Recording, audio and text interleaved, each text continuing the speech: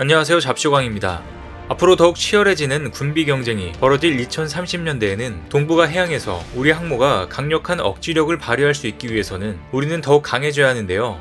한국형 항공모함이 제대로 된 힘을 발휘하기 위해서는 항모 전단이 필요하고, 항모 전단이 제대로 된 힘을 발휘하기 위해선 절대적으로 필요한 것이 함재기입니다.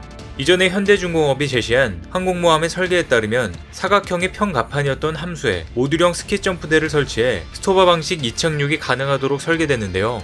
이는 앞으로 추가 확장성을 가지도록 설계했음을 의미합니다. 유일한 수직 이착륙 전투기인 F-35B 이외의 함재기를 선택할 수 있는 가능성을 열어둔 것인데요. 그럼 현재 미국이나 프랑스 항공모함이 사용하고 있는 캐토바 방식을 한국 항모 설계에도 적용 가능할지 궁금한데요. 현대중공업 관계자는 현재의 CVX 설계로는 어렵지만 설계를 변경하게 되면 충분히 캐토바 방식도 가능하다고 말합니다. 현대중공업의 설계에서 스키점프대는 모듈 형식으로 되어 있어 캐토바의 구매 혹은 자체 개발이 이루어지기 전까지 스토바 방식으로 운용하다가 캐토바 방식을 도입할 수 있게 되면 스키점프대 모듈을 철거하고 전자식 사출기를 장착하는 개량이 가능하도록 설계가 되어 있습니다. 이는 KF-21의 개발 사업처럼 단계적인 개량을 통해 진정한 항모로 거듭나겠다는 의지가 엿보이는 것인데요. 하지만 미국이나 프랑스가 사용하는 캐토바 방식으로 바로 변경하기는 어려운 부분이 있습니다. 고압의 수증기를 손쉽게 확보할 수 있는 원자력 추진 방식을 사용하거나 별도의 증기 발생 장치를 설치할 필요성이 있기 때문입니다. 미국의 최신 제럴드 포드급에서는 이멀스 전자기식 캐터펄트를 장착해 증기식 캐터펄트를 벗어났지만 이멀스 방식은 막대한 전기 발전량이 필요하게 되는데요. 전자식 사출기는 증기식 사출기보다 30%가량 출력이 높으면서 재충전 시간은 짧아져 항공기의 이압 능력이 크게 향상됩니다. 그래서 이 엄청난 발전량을 갖추려면 통합 전기 추진 체계, 즉 IPS가 필요하게 되는데요. 그런데 마침 퀸 엘리자베스에서 이 체계가 적용되어 있어 현대중공업이 향후 그 기술을 유심히 살펴볼 필요가 있습니다. 만약 한국 해군이 KF-21N을 선정함과 동시에 이멀스 방식을 요구할 경우 통합 전기 추진 체계를 도입으로 건조 비용이 상승하는 문제도 있긴 합니다. 하지만 대우조선해양에서도 이를 대비해 한국전기기술연구원과 협력해 전기 추진 체계 기술을 공동 연구하고 있는데요. 현대중공업과 대우조선해양 모두 함재기가 당장 KF-21에 선정되지 않더라도 향후 최소 30년 이상 사용하는 항공모함의 확장성을 고려해 중장기 수명 주기 비용이 낮은 통합 전기 추진 체계 방식을 채택하는 것이 유리하다고 보고 있습니다. 추후에 언제든 KF-21이나 F-35C 같은 통상형 함재기나 무인 전투기 운용으로 IPS가 꼭 필요할 수도 있기 때문입니다. 어쨌든 이런 방식으로 추진하게 될 경우 한국 KF-21 함재기형인 KF-21N이 더욱 유력한 함재기로 올라서게 되는데요. 때문에 중장기적인 관점으로 KF-21이 F-35B보다 유리할 수 있다는 분석이 나오고 있는 것입니다. 현재 한국 공군이 F-35A를 40대 운용하고 있지만 F-35A는 미국의 최첨단 모델이기에 너무나 많은 운용 제한점이 있다고 알려져 있는데요. F-35A의 경납고는 특정 인가된 사람만 접근 가능해 한국의 공군 참모총장도 한때 방문이 거부된 적이 있다는 얘기도 있는데요. 게다가 매일 아침마다 미국 공군이 보내주는 암호를 수신해야만 전투기를 제대로 운용할 수 있고 엄격한 보안각서로 정비하기도 매우 까다롭다고 합니다.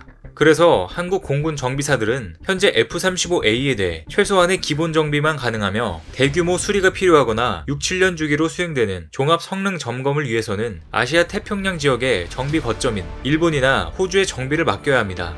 하지만 우리 공군이 일본에 가서 정비를 맡긴다는 것은 말도 안 되는 일이고, 호주로 가려면 8,500km나 떨어져 있기 때문에 공중급유를 하면서 가거나 중간 지점에 들렸다가 가야 하는 굉장히 번거로운 문제가 생기는데요. F-35A도 이렇게 복잡한데 F-35B를 도입하게 되면 추가로 생각해야 하는 것이 또 있습니다. F-35B 한 대당 가격이 최소 2천억 원을 넘어서고 있고 수직 이착륙이 가능해 F-35A보다 훨씬 복잡한 구조를 가지고 있어 정비 소요도 더욱 많습니다. 게다가 F-35A와 F-35B는 서로 다른 부분이 많아서 별도로 훈련, 정비, 군수 지원 체계를 구축해야 하므로 운용 부담도 커지게 됩니다. 또 미국이 F-35B에 다른 나라의 공대공 미사일 통합을 허용해주지 않기 때문에 F-35B의 제한된 작전 능력도 하나의 약점으로 꼽힙니다. 만약 KF-21을 사용한다면 한국의 안보 상황에 맞게 자체 개발된 공대공 미사일을 자유롭게 사용할 수 있는데요. KF-21을 개발한 카이도 한국형 항공모함이 2033년에 등장할 예정이기 때문에 그 전에 충분히 KF-21N을 개발 완료할 수 있다고 밝히고 있습니다. KF-21 네이비의 주요 개량점은 먼저 연료 탑재량과 양력 형상을 위하여 미국 해군의 F-35C처럼 KF-21도 주 날개 면적을 늘림과 동시에 제한된 항공모함의 경락고 적재를 위해 날개가 접히도록 개발할 예정입니다. 만약 한국형 항모가 전자기식 캐터펄트를 사용할 경우 KF-21의 랜딩 기어가 강화됨과 동시에 그 구조에 맞게 설계가 변경될 필요가 있습니다. 관계자에 따르면 KF-21N으로 개조할 경우에도 중량 증가는 그리 크지 않을 것이라고 하는데요. 이렇게 되면 F-35B와 비교해 전투 행동 반경, 무장 탑재량, 무장 회수량 모든 면에서 KF-21N이 엄청난 우위를 점할 수 있습니다. 하지만 일부 반대 입장을 가진 쪽에서는 아직 KF-21 함재기 실체가 없는데 F-35B와 비교하는 것은 문제가 있다는 지적도 나오는데요. 또 KF-21 함재기는 개발비가 문제로 작용한다는 얘기도 나옵니다. 주 날개 면적을 늘리고 날개를 접고 기골도 보강해야 하므로 최소 1조 원 이상의 개발비가 필요할 것으로 추정되고 있는데요. 여기에 오랜 시험평가가 필요함은 물론 제대로 된 항공모함 운용평가를 수행하려면 2030년대에나 가능할 것으로 보고 있습니다. 또 한국 해군이 필요한 함재기 수량도 많지 않아 막대한 비용 투입 대비 효과가 나오지 않는다는 의견도 있는데요. 그러나 이제 한국도 군사기술이 세계 군사강국들 수준까지 올라와 있는 상태이고 몇 가지 주요한 핵심 기술들은 이미 국산화가 완료되어 있는 상태입니다. 특히 KF-21에 탑재된 국내에서 개발된 A사 레이더는 미국의 F-35형 레이더의 신호 처리 기술을 벤치마킹해 업그레이드한 것으로 미국의 성능보다 향상된 모델로 개발되어 있습니다. 그리고 개량형 설계 구조를 통해 지속적으로 성능 개량이 가능하게 만들어졌는데요. 또 최신 A사 레이더는 표적에 맞추어 디지털 빔포밍 기술을 사용해 최적의 적응 빔을 방출할 수 있습니다. 즉 상황별 최적화된 레이더 빔을 방출한다는 의미인데요.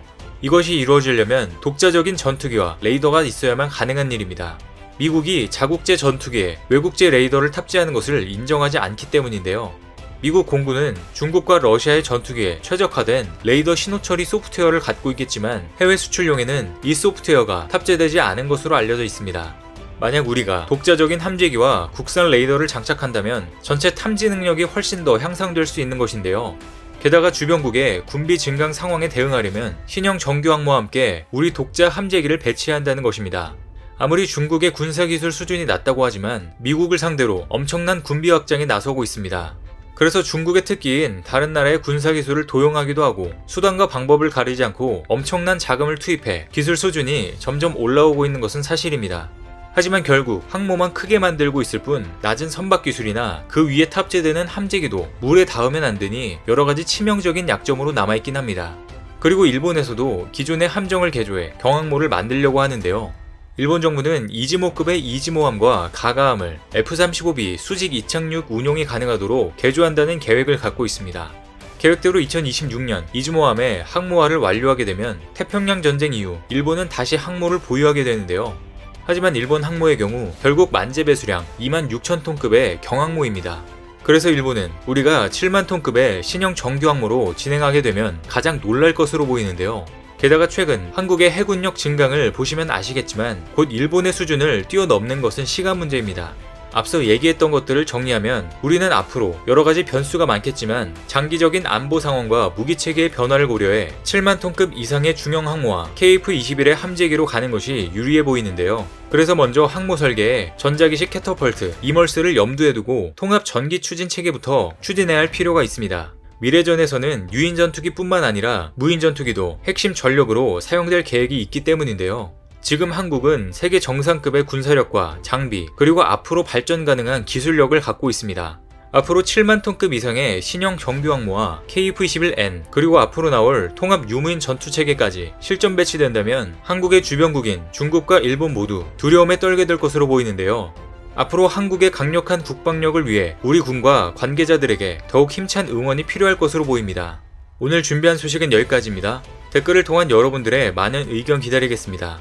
많은 분들의 생각이 모였을 때 진정 가치 있는 지식이 완성될 것입니다. 시청해주셔서 감사합니다.